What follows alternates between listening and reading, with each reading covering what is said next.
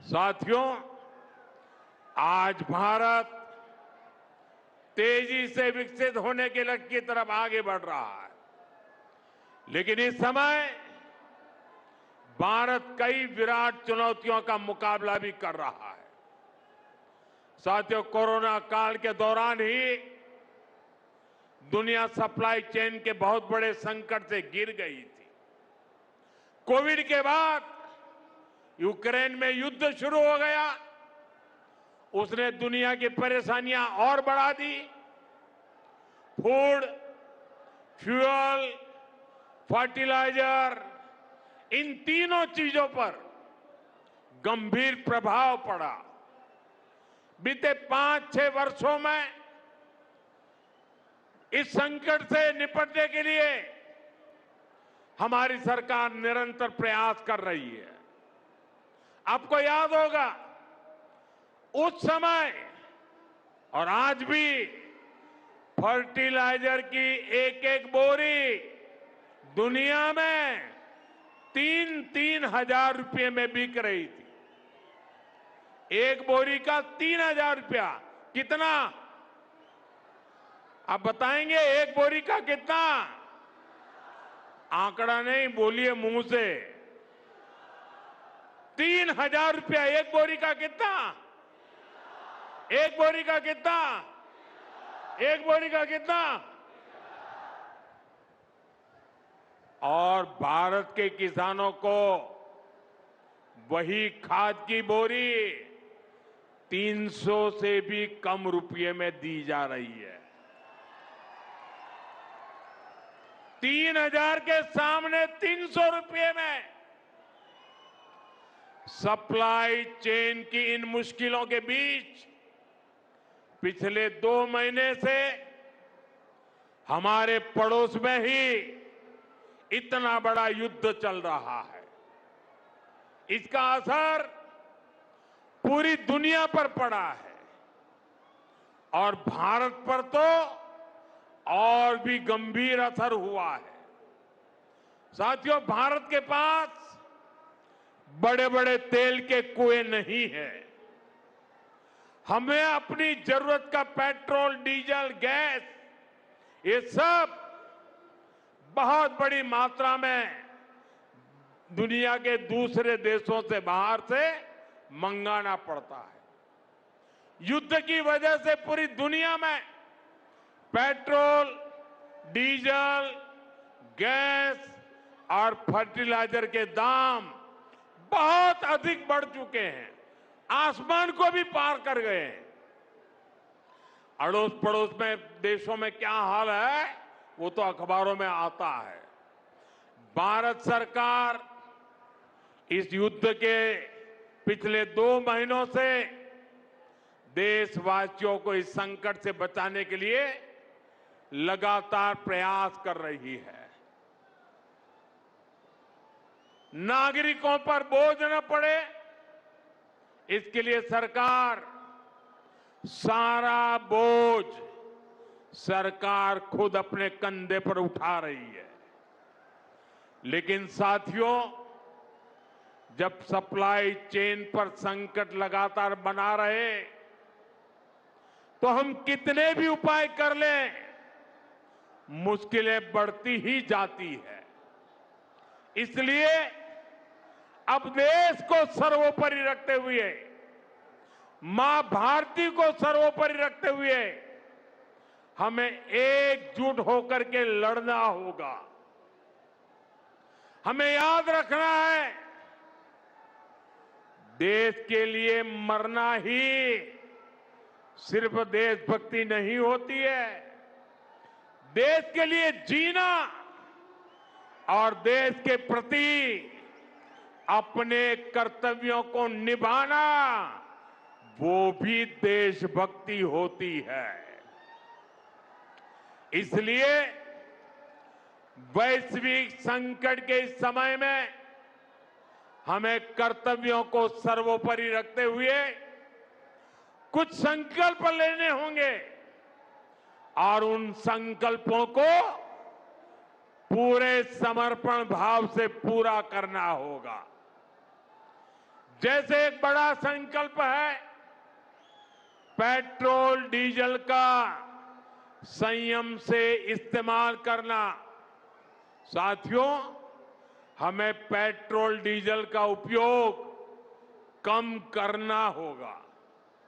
शहरों में जहां मेट्रो है वहां हम तय करें कि हम मेट्रो का ही उपयोग करेंगे, ज्यादा से ज्यादा मेट्रो में ही जाएंगे। अगर कार में ही जाना जरूरी है तो फिर कार पूल करने का प्रयास करें और भी लोगों को साथ बिठा ले।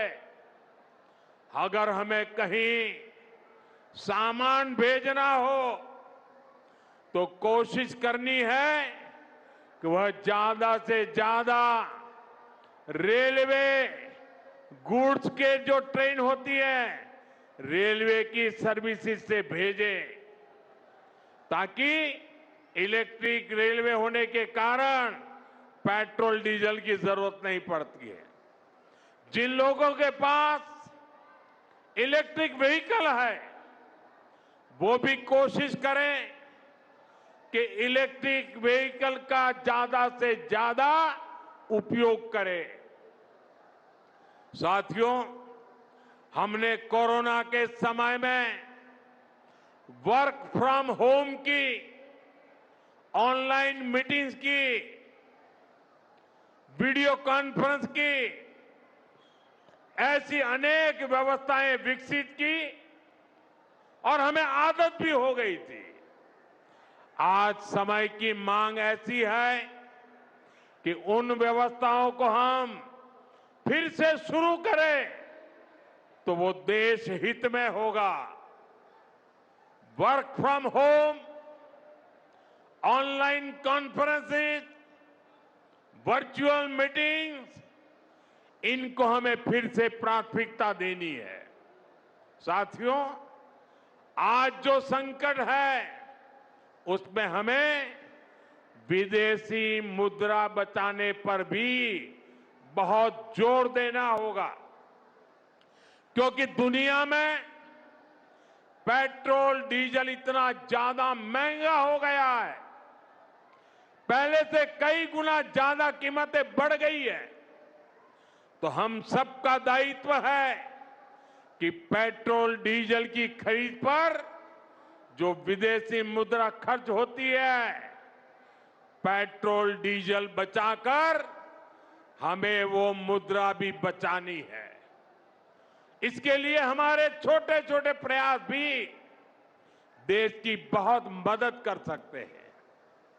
जैसे आजकल जो विदेशों में शादियों का, विदेशों में घूमने का, विदेशों में वैकेशन पर जाने का मिडिल क्लास में कल्चर बढ़ता जा रहा है। हमें तय करना होगा कि जब ये संकट का काल है और हमारी देशभक्ति हमें ललकार रही है तो कम से कम एक साल के लिए हमें विदेशों में जाने की बातों को टालना चाहिए। भारत में बहुत सारी जगह है, वहां हम जा सकते हैं, बहुत कुछ भारत में किया जा सकता है। इस बेटी को नीचे बिठाइए, उसे थक जाएगी, उस बेटी को बिठाइए। वो थैंक यू बेटा, थैंक यू। बैठिए, आप नीचे बैठिए। मैंने देख लिया बेटा, उसको देख लिया, अब आप बैठ जाइए। हाँ, इस छोटी बच्ची को क्यों परेशान करते हो भाई? इन बच्चों को बैठने दीजिए प्लीज, बच्चों को परेशान मत कीजिए जी। साथियों, हमें विदेशी मुद्रा बचाने के जो भी रास्ते हम लोग अपना सकते हैं हमें बचाना होगा। साथियों, गोल्ड यानी सोने की खरीद एक और पहलू है जिसमें विदेशी मुद्रा बहुत अधिक खर्च होती है। एक जमाना था जब संकट आता था, कोई युद्ध होता था तो लोग देश हित में सोना दान दे देते थे। आज दान की जरूरत नहीं है, लेकिन देश हित में हमको ये तय करना पड़ेगा कि साल भर तक घर में कोई भी फंक्शन हो, कोई भी कार्यक्रम हो, हम सोने के गहने नहीं खरीदेंगे, सोना नहीं खरीदेंगे। विदेशी मुद्रा बचाने के लिए हमारी देशभक्ति हमें चुनौती दे रही है और हमें इस चुनौती को स्वीकार करते हुए विदेशी मुद्रा को बचाना होगा। साथियों, ये समय एक और बड़े सबक का भी है। एक समय था जब हम कॉपर एक्सपोर्ट करते थे, लेकिन आज भारत के सामने स्थिति ऐसी बन गई कि अब हमें कॉपर को भी इंपोर्ट करना पड़ता है। हमारे देश में हड़तालें करवाकर कॉपर प्लांट्स को ठप करवा दिया गया और अब हालत ये हो गई कि हमें कॉपर बाहर से मंगाना पड़ता है और उसमें विदेशी मुद्रा खर्च होती है। इसलिए मैं ऐसे सभी श्रमिक समूह मजदूर संगठनों से भी कहूंगा कि हमें ऐसी बातों का जरूर ध्यान रखना चाहिए। भारत को आत्मनिर्भर बनने से जो भी कदम रोकते हैं उनमें हमें दूरी बनानी होगी और जो लोग ऐसी साजिशों में जुटे हैं उन पर भी कड़ी नजर रखनी होगी। मैं देश की अदालतों से भी आग्रह करूंगा कि ऐसी स्थिति आने पर देश हित में हमें कोई ना कोई रास्ता निकालने की तरफ बढ़ना चाहिए। साथियों, ऐसे ही खाने के तेल का भी है। इसके आयात के लिए भी बहुत बड़ी मात्रा में हमें विदेशी मुद्रा खर्च करनी पड़ती है। हर परिवार अगर खाने के तेल में खाने का तेल का जो उपयोग करता है, अगर वो कुछ कमी करे, मैंने बार बार कहा है 10% कम करो।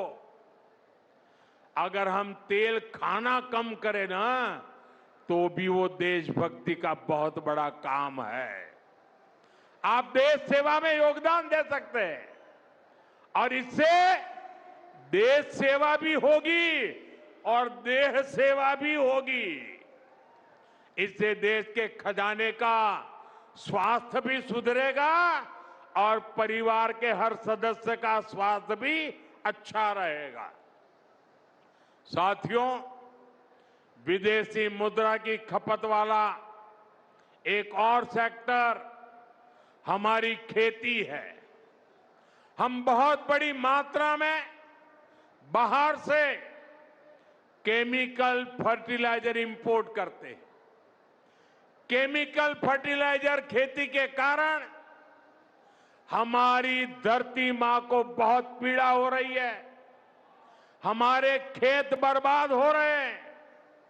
अगर आज हम अपने खेत को नहीं बचाएंगे तो भविष्य में फसलों पर भी खतरा आ जाएगा। इसलिए बहुत जरूरी है कि हम केमिकल फर्टिलाइजर की खपत 25%, 30%, 40%, 50% उसको घटाए, आधी कर दें और हम उसके साथ साथ नेचुरल फार्मिंग की तरफ बढ़ें। हम फर्टिलाइजर का उपयोग कम करके विदेशी मुद्रा भी बचा सकते हैं और साथ साथ अपने खेत को बचा सकते हैं, हमारी ये धरती मां को बचा सकते हैं। और यह हमें करना ही होगा। आज वैश्विक संकटों से जो चुनौतियां आई है, हमें उन चुनौतियों को परास्त करना होगा। साथियों, भारत सरकार खेतों में डीजल पंप की जगह सोलर पंप की योजना चला रही है। हम खेतों में डीजल पंप की जगह सोलर पंप का उपयोग करने का जोर देना होगा। मैं कोविड काल में भी आग्रह करता था कि हम स्थानीय चीजें खरीदें, वोकल फॉर लोकल के मंत्र को लेकर चले। हम मेड इन इंडिया चीजें खरीदकर भी विदेशी मुद्रा बचा सकते हैं और हमारे देश में स्थानीय उत्पादन की कोई कमी नहीं है। चाहे जूते हो, पर्स हो, बैग हो, हमें स्वदेशी पर बल देना चाहिए।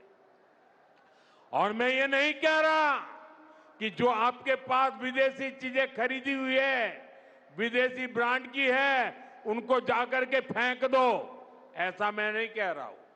लेकिन मेरा आग्रह है कि नए विदेशी प्रोडक्ट हमें नहीं खरीदने चाहिए।